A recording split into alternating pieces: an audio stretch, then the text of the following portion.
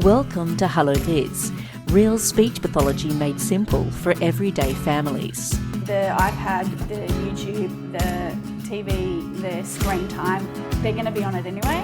So Let's make some content that has an Australian accent, it's got Australian animals, and it's a little bit more meaningful for our kiddos here. Screen time is part of modern parenting, but what happens when YouTube starts influencing the way our children speak?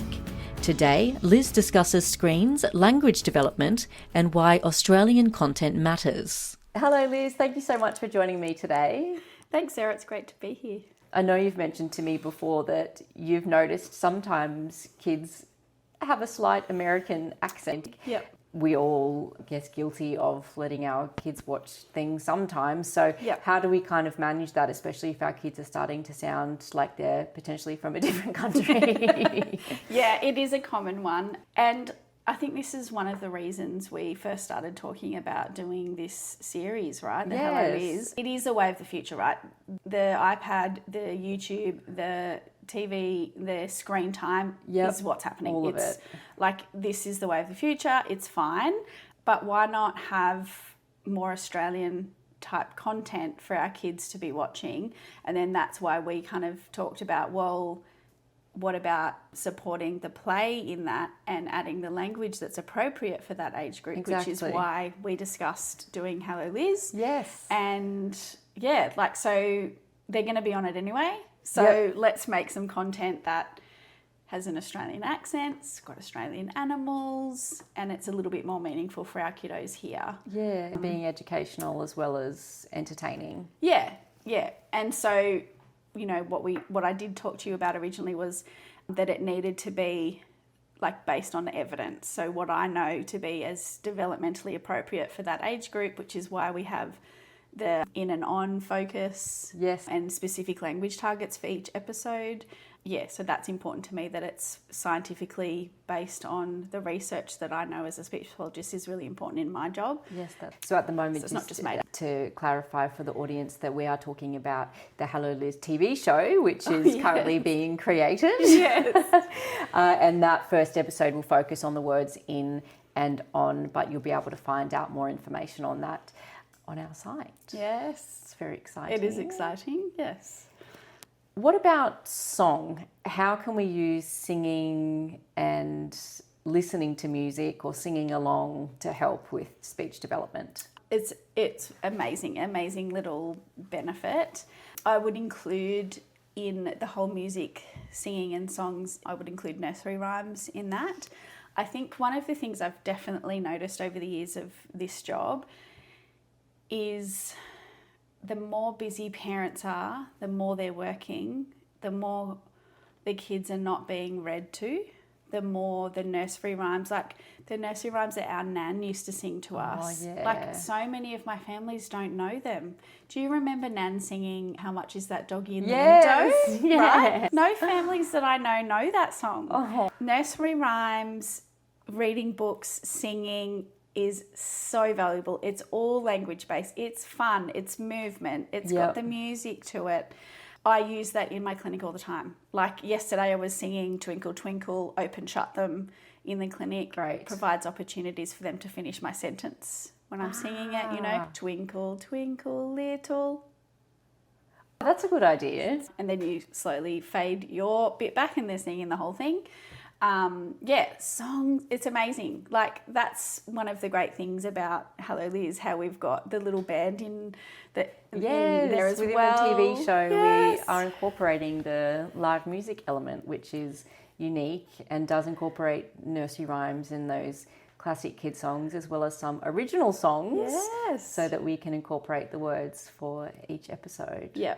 I think music and song is fabulous. So remember how I talked about before, it's really tricky to use this joint attention strategy when you're in the car because the kid is behind you.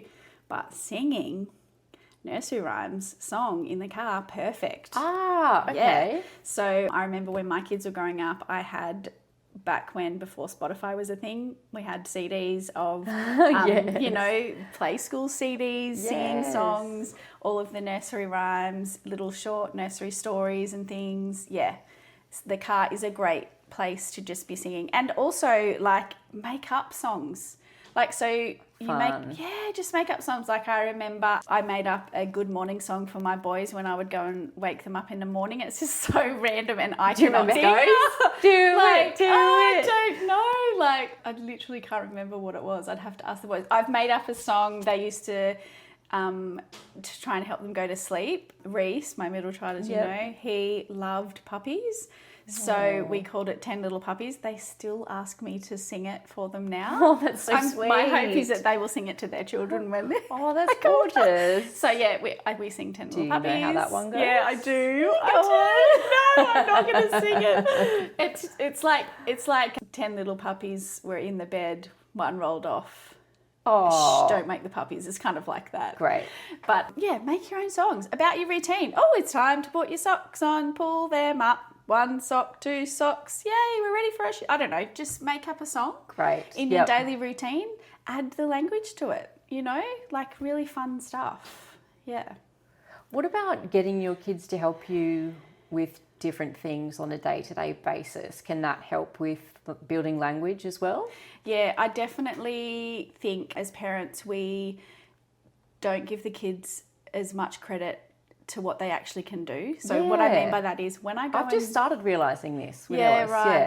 When I go into preschools, they have got this down pat. Okay, so for morning routine, morning tea, they all sit at their little tables with these kids. They were having Weet-Bix because they were very early in the morning. They're having breakfast, second breakfast or something. And they all had Weet-Bix. They went over to get their plate. They're like in a little line, get the Weet-Bix, get the spoon, milk poured in, sit down at the table, they're eating it. Then they go and they scrape it into the bin. Oh, wow. They put the plate into the thing, wash their hands, like a little routine, like little 3-year-olds. It's hard to imagine at the moment. Right? Could you imagine Ellis doing that here? Yeah, right? Yeah, I mean, he's a good boy, but that's... But that's what they do. They can do more than we think. And they understand more than we think. Is that right? Absolutely. Yeah. They understand more than they speak. Because remember I said receptive language always comes before expressive language.